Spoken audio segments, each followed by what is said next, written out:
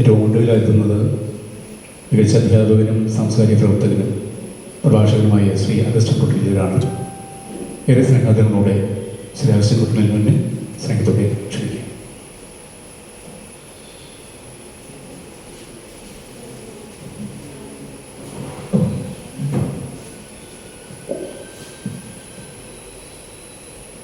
സ്നേഹിതരെ, കൃത്യം 6 മണിക്ക് തന്നെ നമ്മുടെ പരിപാടി അവസാനിപ്പിക്കണമെന്നാണ് ജോസേട്ടൻ്റെ ഒരു കൽപ്പനയുള്ളത്. അതുകൊണ്ട് വളരെ കുറച്ച് കാര്യങ്ങൾ മാത്രമേ സൂചിപ്പിക്കുന്നുള്ളൂ. വളരെ വിശദമായിട്ട് തന്നെ കെ ജയകുമാർ സാറിൻ്റെ കവിതകളെ കുറിച്ച് ഇവിടെ പരാമർശിക്കപ്പെട്ട് കഴിഞ്ഞു. അപ്പം അതിലൊക്കെ പറഞ്ഞ കാര്യങ്ങൾ വീണ്ടും വീണ്ടും ആവർത്തിക്കുന്നതിൽ അർത്ഥമില്ല. മലയാള കാവ്യ പാരമ്പര്യത്തിൽ എഴുത്തച്ഛൻ്റെ ഉപാസനയോട് കൂടിയിട്ടാണ് ഇപ്പോഴും കെ ജയകുമാർ കവിതയിൽ നിലനിൽക്കുന്നത് എന്ന് തോന്നാറുണ്ട്. സൂക്ഷ്മമായി പരിശോധിക്കും. എഴുത്തച്ഛൻ എഴുതുമ്പോൾ ഒരു കാവ്യം തന്നെ അദ്ദേഹത്തിൻ്റെ പുസ്തകം തന്നെ അദ്ദേഹത്തിൻ്റെ ഉണ്ട്. എഴുത്തച്ഛൻ എഴുതുമ്പോൾ വളരെ വർഷങ്ങൾക്ക് മുമ്പ് സച്ചിദാനന്ദനും അങ്ങനെ എഴുതിയിട്ടുണ്ട്. എഴുത്തച്ഛൻ എഴുതുമ്പോൾ 1950, 55, 56 കാലഘട്ടത്തിൽ ഇടശ്ശേരി എഴുതിയിട്ടുണ്ട് എഴുത്തച്ഛൻ എഴുതുമ്പോൾ. അപ്പൊ എഴുത്തച്ഛൻ നമ്മളെ വിടാതെ പിന്തുടരുന്നുണ്ട്. മലയാളത്തിന്റെ കാവ്യകുലങ്ങളിലെ ഏറ്റവും അവസാനത്തെ കുട്ടിയെ വരെ എഴുത്തച്ഛൻ തൻ്റെ കണ്ണുകൊണ്ട് ഇങ്ങനെ നോക്കുന്നു എന്നുള്ള ഒരു ധ്യാനം ഇപ്പോഴും ജയകുമാർ തൻ്റെ കവിതയിൽ സൂക്ഷിക്കുന്നുണ്ട്. ആ കവിതയിൽ അദ്ദേഹം പറയുന്നത്, ഇരുൾനാട്ടിൽ അക്ഷര പന്തം കൊളുത്തിയും കവിതയുടെ നാളമായി സ്വയം എരിഞ്ഞുരുകിയും കവികൾക്ക് കവിയായ ധിക്കാരമേ. പലപ്പോഴും എഴുത്തച്ഛനൊക്കെ ഏറ്റവും പ്രാകൃതനായ കവിയെന്ന് കവിതയുടെ ചരിത്രത്തെ മനസ്സിലാക്കുന്ന ആളുകളൊക്കെ എന്ന് പറയുന്നത് കേൾക്കാം. പക്ഷെ കവിത എന്താണെന്ന് മനസ്സിലാക്കിയ, കാവ്യ ചരിത്രം മനസ്സിലാക്കിയ ആളുകൾ പറയുന്നത് കവികൾക്ക് കവിയായ ധിക്കാരമേ, കവിതയുടെ കണ്ണഞ്ചിരിട്ടയിൽ ഒരു പിടി കനലുമായി ഞാനിവിടെ ഈ പൊള്ളും മുനമ്പിൽ ഞാൻ നിൽക്കേ. ജയകുമാർ പറയുന്നത്, അങ്ങ് മഹാജ്ഞാനിയായ കാവ്യകുലത്തിന്റെ അധിപനാണ്, അതിൻ്റെ ഉപജ്ഞാതാവാണ് ഞാൻ. അതിൽ എന്നെപ്പോലുള്ള സമകാലികരായ കവികൾ കവിതയുടെ കണ്ണഞ്ചിരട്ടയിൽ ഒരു പിടി കനലുമായി, കണ്ണഞ്ചിരട്ടയിലാണ് കവിത, ഒരു പിടി കവിത. കണ്ണഞ്ചിരട്ട നമുക്കറിയാം, അതിൻ്റെ ദ്വാരത്തിലൂടെ കനൽ വീണ് പോകും. ഓരോ കവിയുടെ കൈയും എഴുതുമ്പോൾ ആ എഴുത്താണി എന്തി കൈ കൊള്ളുന്നുണ്ട്, മനസ്സും കൊള്ളുന്നുണ്ട്. അങ്ങനെ കവിതയുടെ കണ്ണഞ്ചിരട്ടയിൽ ഒരു പിടി കനലുമായി ഇവിടെ ഈ പൊള്ളും മുനമ്പിൽ ഞാൻ നിൽക്കേ. അങ്ങനെ നിൽക്കുമ്പോൾ അതിതീക്ഷണമായ എഴുത്തച്ഛൻ്റെ നോട്ടം, അദ്ദേഹം ആ കാവ്യ കാലഘട്ടത്തിൽ അനുഭവിച്ചത് എല്ലാ തീക്ഷണതയും താൻ അനുഭവിക്കുന്നു എന്ന് പറഞ്ഞ് അവസാനം പറയുന്നത്, ചാരത്തിനുള്ളിലെ തീക്കനൽ ദൃഷ്ടികൾ എൻ്റെ നേർക്ക് ചിമ്മി തുറക്കുന്നുവോ. അപ്പോൾ എഴുത്തച്ഛനെ പോലുള്ള മഹാഗുരു ഇപ്പോഴും മലയാള കവിതയുടെ ഏറ്റവും അവസാനത്തെ തലമുറയെ പോലും നിരീക്ഷിക്കുന്നു എന്ന് ഉള്ള ഒരു അപാരമായ ഒരു സങ്കല്പനം ഇന്നും അദ്ദേഹം കൊണ്ടു നടക്കുന്നുണ്ട്. എനിക്ക് തോന്നുന്നത് ഇപ്പോൾ അദ്ദേഹത്തിൻ്റെ പൊതുവിൽ ജയകുമാറിൻ്റെ കവിതകളെ നേരത്തെ എല്ലാം ഇവിടെ പറഞ്ഞ പോലെ സൂക്ഷ്മമായിട്ട് പഠനത്തിന് വിധേയമാക്കിയിട്ടില്ല. പക്ഷെ ചലച്ചിത്ര ഗാനങ്ങൾ മുൻനിർത്തിയിട്ടാണ് അദ്ദേഹത്തെ വിലയിരുത്തുന്നത്. മലയാള ചലച്ചിത്ര ഗാനങ്ങൾ എത്ര നൂറ്റാണ്ട് കഴിഞ്ഞാലും ചലച്ചിത്ര ഗാനങ്ങൾക്ക് കാൽപ്പനികത വേണം, അല്ലാതെ ഒരു മനുഷ്യൻ ശ്രദ്ധിക്കില്ല. അപ്പൊ ചലച്ചിത്ര ഗാനങ്ങളുടെ കാൽപ്പനികതയെ വെച്ചുകൊണ്ടാണ് കവിതയെ സൂക്ഷ്മമായി പഠിക്കാതെ ജയകുമാറിനെ വിലയിരുത്തുന്നത്. പക്ഷെ ജയകുമാറിന്റെ കവിതകളൊക്കെ വായിച്ചു കഴിഞ്ഞാൽ നമുക്കറിയാം ഏറ്റവും പുതിയ തലമുറയുടെ ആളുകൾ കവിത എങ്ങനെ എഴുതുന്നു, കവിതയുടെ രൂപഘടന, അതിൻ്റെ ആശയം, അതിൻ്റെ വർഗപരമായ ഉള്ളടക്കം, ഇതെല്ലാം വളരെ സൂക്ഷ്മമായി ജയകുമാർ കൈകാര്യം ചെയ്യുന്നു. അദ്ദേഹത്തിൻ്റെ ഏറ്റവും അവസാനത്തെ ഏറ്റവും പുതിയ സമാഹാരമായ പനിയിൽ അത് വളരെ വിശദമാക്കുന്നുണ്ട്. കവിതയ്ക്ക് പനി പിടിക്കണം എന്നാണ് പറയുന്നത്. പനി പിടിക്കാത്ത കവിത, വളരെ സ്വസ്ഥമായിരിക്കുന്ന കവിത, ഇപ്പോൾ PN ഗോപികൃഷ്ണൻ പറഞ്ഞല്ലോ, മറ്റേ ഫ്രിഡ്ജിൽ സൂക്ഷിക്കാവുന്ന കവിത അല്ല എന്ന് പറഞ്ഞ പോലെ പനി പിടിക്കാത്ത കവിത കൊള്ളാത്ത കവിതയാണ്. എന്തുകൊണ്ടാണ് പനി പിടിക്കേണ്ടത്?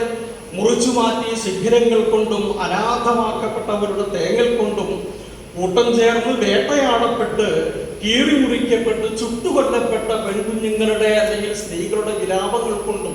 ഇപ്പോൾ വൈദ്യുതത്തിന്റെ പഴയൊരു കവിതയിലുണ്ട്, എവിടെയെന്ന് അറിവിയില ഏതോ പെങ്ങൾ തൻ എവിടെയെന്നറിവിയിലെ ഏതോ കൊച്ചു പെങ്ങൾ കീറിപ്പറിഞ്ഞതെന്നുടയാടത്തുമ്പാൽ മുഖം അറിയിക്കേ. നമ്മുടെ കവികളൊക്കെ ഈ സ്ത്രീകളുടെ പ്രത്യേകിച്ചും വിലാപങ്ങൾ ഏറ്റുവാങ്ങിയ കവികളാണ്. അപ്പൊ അത്തരം വിലാപങ്ങൾ കൊണ്ട് വഴിയോരത്തെ അനാഥമായ പൂക്കളെ പോലെ ഇങ്ങനെ വാടിക്കരിഞ്ഞു നിൽക്കുന്ന കുഞ്ഞുങ്ങളുടെ നിറഞ്ഞ കണ്ണുള്ള ആ ചിരിയും, ഇങ്ങനെ ഇത്തരം ചിരികളും മനുഷ്യന്റെ നിസ്സഹായരായ മനുഷ്യന്റെ ആത്മകഥകൾ കൊണ്ടൊക്കെ കവിതയ്ക്ക് പനി പിടിക്കണം. കവിതയ്ക്ക് പനി പിടിക്കാത്ത കവിത ഒട്ടും കൊള്ളാത്ത കവിതയാണെന്ന് ഏറ്റവും പുതിയ ഭാഷയിൽ, ഏറ്റവും പുതിയ ആവിഷ്കാര രീതിയിൽ, ഏറ്റവും മൂർച്ചയുള്ള ഭാഷയിൽ ജയകുമാർ എഴുതുന്നുണ്ട്. അപ്പൊ അതുകൊണ്ട് ഇപ്പൊ നമ്മളെ പോലുള്ള, ഞാൻ പ്രത്യേകിച്ച് ഞങ്ങളെ പോലുള്ള ഏറ്റവും പുതിയ ആളുകൾക്കൊക്കെ ധാരാളം അദ്ദേഹത്തിന്റെ കവിതയിൽ നിന്ന് പഠിക്കാനുണ്ട്. ഇവിടെ പരാമർശിച്ച ഒരുപാട് കാര്യങ്ങളുണ്ട്. ജാതി വ്യവസ്ഥയെ കുറിച്ച് അതിനിശ്ചിതമായിട്ട് അദ്ദേഹത്തിന്റെ കവിത വിമർശിക്കുന്നുണ്ട്.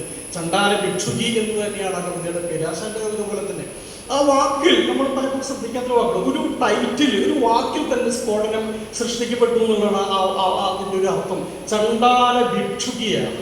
ഭിക്ഷു എന്ന് പറഞ്ഞാൽ നമുക്കറിയാലോ, ജ്ഞാനത്തിന്റെ പരകോടി പിന്നെ താണ്ടിയവനാണ്.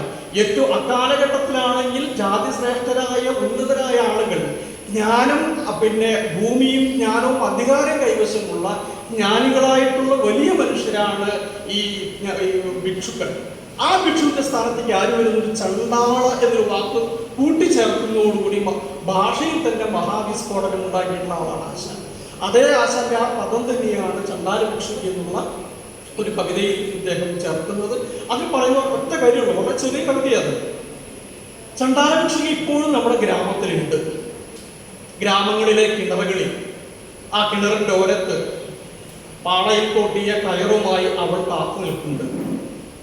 ഇപ്പോഴുണ്ട് നമ്മുടെ നമ്മുടെ നാട്ടുമ്പുറത്ത് ചണ്ടാലരായ മനുഷ്യരെന്ന് കരുതപ്പെടുന്ന ആളുകൾ. പക്ഷേ ഒരാൾ പോലും, ദാഹമേറെയുള്ള ആളുകളാണ്, ഈ ദാഹമേറെയുള്ള ആളുകളാണെങ്കിൽ പോലും ആരും അവളുടെ അരിയിലേക്ക് ചെല്ലുന്നില്ല. കിണറ്റിലെ വെള്ളം അവൾ പാളയിൽ കോരാൻ വേണ്ടി കാത്തു കിടക്കുന്നുണ്ട്. ഇവൾ ദാഹാർത്ഥികളായ ആളുകളെ കാത്തു നിൽക്കുന്നുണ്ട്. പക്ഷേ തഥാഗതനെ പോലെ ജാതിയെ തിരസ്കരിക്കാൻ, ജാതിയെ വെല്ലുവിളിക്കാൻ, മനുഷ്യന്റെ വിശപ്പിനും ദാഹത്തിനും ജാതി എന്നുള്ള ഒരു സങ്കല്പനം തടസ്സമേ അല്ല എന്ന് തിരിച്ചറിയുന്ന ഒരു സമൂഹത്തെ കാത്തു നിൽക്കുന്ന ഒരു സ്ത്രീയായി ചണ്ടാല ഭിക്ഷുകിയിൽ അദ്ദേഹം ആ സ്ത്രീ അവതരിപ്പിക്കുന്നു. അപ്പോൾ ഏറ്റവും പുതിയ കാലത്തെ വിപ്ലവകരമായ ആശയത്തെയാണ് കെ ജയകുമാർ തന്റെ കവിതകളിൽ ആവിഷ്കരിച്ചുകൊണ്ടിരിക്കുന്നത്. ഇപ്പൊ നേരത്തെ പറഞ്ഞൊരു കാര്യം കൂടെ പറഞ്ഞാൽ അത് ആവശ്യത്തിൽ ഞാനും അത്തരം കവിതകളാണ് നോക്കിപ്പോയത്. ഇപ്പോ വൃത്തങ്ങൾ എന്നൊരു കവിതാസമാണ്. അർദ്ധവൃത്തങ്ങൾ നമുക്ക് വേണമെങ്കിൽ അർദ്ധസത്യങ്ങൾ എന്ന് വേണമെങ്കിൽ കൂട്ടിച്ചേർക്കാം. ഈ സമൂഹം എങ്ങനെയുള്ള സമൂഹമാണ്? അർദ്ധസത്യങ്ങളിൽ മാത്രം അഭിരമിക്കുന്ന ഒരു സമൂഹമായി നമ്മുടെ സമൂഹം മാറിയിരിക്കുന്നു. യാഥാർത്ഥ്യം തിരിച്ചറിയാത്ത, അല്ലെങ്കിൽ എന്താണ് സത്യം എന്ന് തിരിച്ചറിയാത്ത ഒരു സമൂഹം, അവര് ഒന്ന് തെളിഞ്ഞ് അണഞ്ഞു പോകുന്ന നാളങ്ങളെ അക്ഷയ ജ്യോതിസുകളായിട്ട് വിശ്വസിക്കുന്ന ആളുകളാണ്. അർദ്ധസത്യങ്ങളിൽ അവർ സ്വാതന്ത്ര്യം തേടുന്നു. അല്പകർമ്മങ്ങൾ മാത്രം ചെയ്തുകൊണ്ട് മഹാകർമ്മങ്ങൾ ചെയ്തവരായ ത്യാഗികളെ പോലെ സ്വയം അഗ്രഹിച്ചിരിക്കുന്നു. അതിനവസാനം പറയുന്നൊരു വാക്കുകൾ വാസ്തവമെന്നു നിരൂപിച്ച് മൗനങ്ങളെ പുറം വാതിലിൽ നിർത്തിയോ. വലിയ അർത്ഥമുള്ളതിന്, അതായത് മനുഷ്യ ജീവിതം അർത്ഥശൂന്യമായ വാക്കിന്റെ കലമ്പലുകളായി മാറുമ്പോൾ മൗനങ്ങൾക്ക് മഹാ അർത്ഥങ്ങളുണ്ട്. അപ്പൊ മഹാ അർത്ഥങ്ങളും വലിയ വികാരങ്ങളും ഉൾക്കൊള്ളുന്ന മൗനങ്ങളെ വാതിലിന് പുറത്തു നിർത്തിയിട്ട് വാക്കിന്റെ കലമ്പലിൽ മാത്രം അഭിരമിക്കുന്ന ഒരു സമൂഹമായി നമ്മുടെ സമൂഹം മാറുന്നു. ഇത് വേറെ അർത്ഥത്തിൽ വേണമെങ്കിൽ വായിക്കാം.